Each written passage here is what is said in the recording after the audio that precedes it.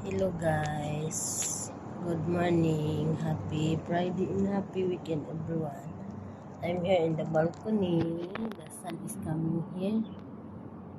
Every time the sun is come out, very hot here, especially when it's sun.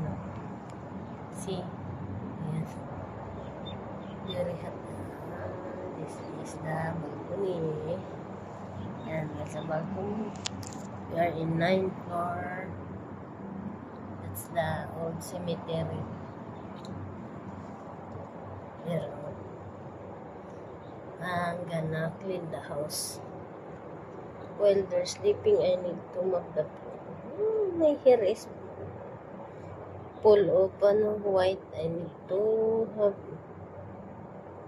dye my hair, the hair dye. Happy weekend. Tomorrow I have class in school again. Hope all is well and always in good health. Bye bye. Happy weekend everyone.